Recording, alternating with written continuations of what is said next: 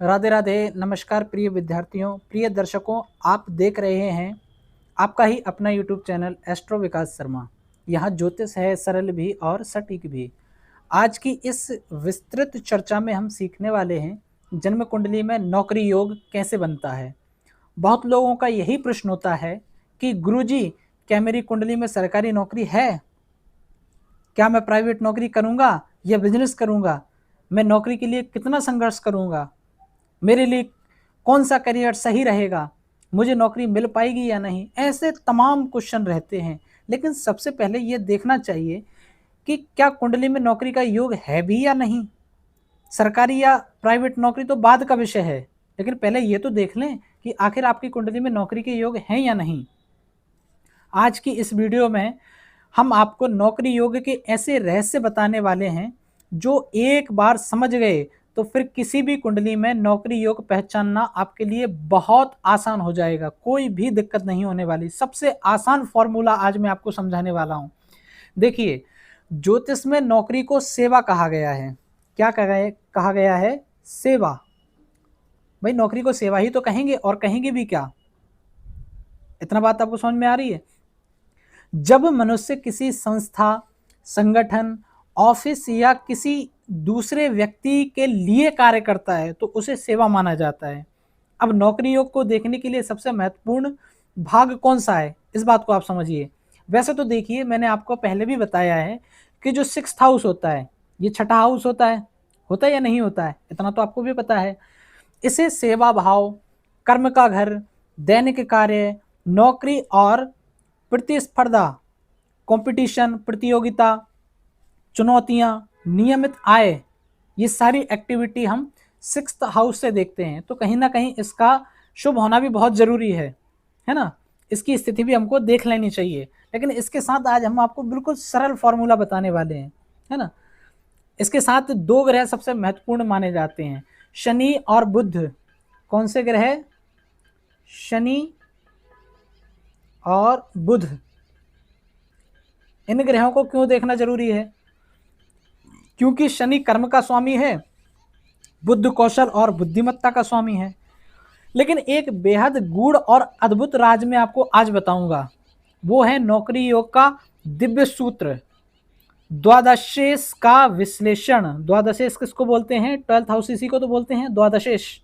इतनी बात आपको समझ में आ रही है?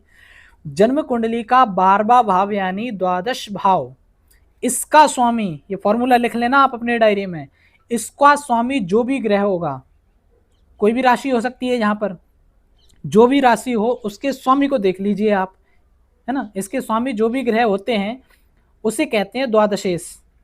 ज्योतिष ग्रंथों में लिखा है, यदि द्वादशेश यानी 12th का लॉर्ड कुछ विशेष भावों में स्थित हो तो ऐसे व्यक्ति को जीवन में नौकरी अवश्य मिलती है, हर हाल में मिलती है। ये भाव कौन कौन से हैं?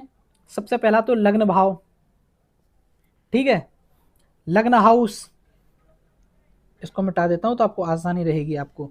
लग्न house, 2nd house, 4th house, 5th house, 9th house और 10th हाउस, यानी लग्न भाव, धन भाव, सुख भाव, शिक्षा भाव, धर्म भाव और कर्म भाव। सॉरी, मैंने इसको धर्म बोल दिया होगा शायद, ये धन भाव है। इतना याद है आपको?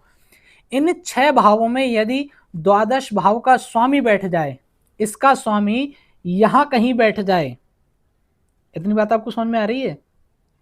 इन 6 भावों में यदि द्वादश भाव का स्वामी बैठ जाए तो जातक नौकरी अवश्य करेगा, या नौकरी के योग आप मान सकते हैं।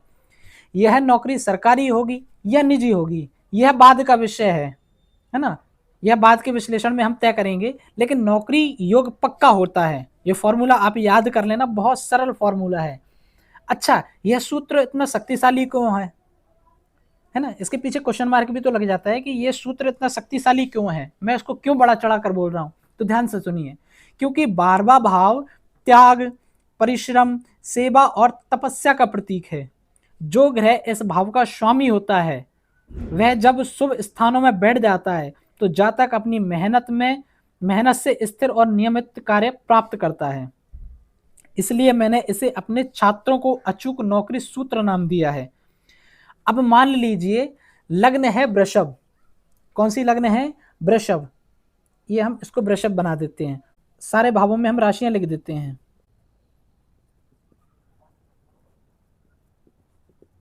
ये हमने वृषभ लग्न की कुंडली तैयार कर ली। ठीक है, इसका स्वामी होता है मंगल। कौन से का? क्योंकि हम द्वादश इसकी बात कर रहे हैं, इसका स्वामी क्या होगा? मंगल हो जाएगा। मंगल हो जाएगा कि नहीं होगा इसका स्वामी? अब इसका स्वामी अगर मंगल हो जाता है तो हमें इसी की स्थिति देखनी है ना।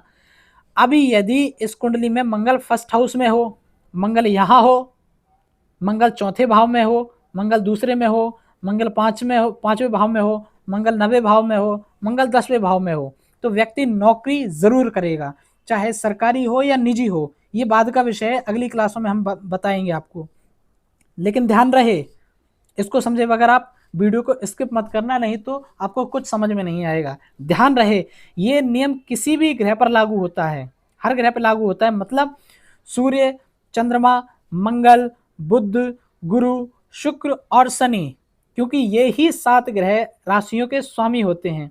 राहु केतु कभी भी द्वादशेश नहीं हो सकते, क्योंकि उनकी कोई राशि नहीं होती है। अच्छा, नौकरी का प्रकार कैसे पहचाने? ये भी तो इम्पोर्टेंट बात है। नौकरी का प्रकार कैसे पहचाने? नौकरी होगी सरकारी या प्राइवेट, ये देखते समय कुछ बातें ध्यान में रखें। जैसे सरकारी नौकरी के संकेत, शनि ग्रह बलवान होना चाहिए। कौन सा? मैं आपको लिख देता हूं, शनि ग्रह बलवान होना चाहिए। कौन सा ग्रह है? शनि ग्रह बलवान होना चाहिए। दशम भाव मजबूत होना चाहिए, ये पॉइंट लिख लो, दशम भाव मजबूत होना चाहिए, या पॉइंट लिख लीजिए अपनी कॉपी में। सूर्य का प्रभाव, क्योंकि सूर्य से ही हम सरकारी सेवाएं देखते हैं। छठा और 10वां भाव, मैंने आपको दसम भाव बता ही दिया, और छठा भाव भी, क्योंकि ये कंपटीशन का होता है। शनि सूर्य के शुभ योग होने चाहिए, शनि और सूर्य का भी शुभ योग होना चाहिए, तब आपको सरकारी नौकरी प्राप्त हो सकती है। अब बात करते हैं प्राइवेट नौकरी की। ये हो गई सरकारी, ये सरकारी हो गई। यहां देख लेते हैं प्राइवेट। प्राइवेट नौकरी के क्या योग होते हैं? बुध मजबूत होना चाहिए। कौन सा ग्रह? बुध ग्रह मजबूत स्थिति में होना चाहिए।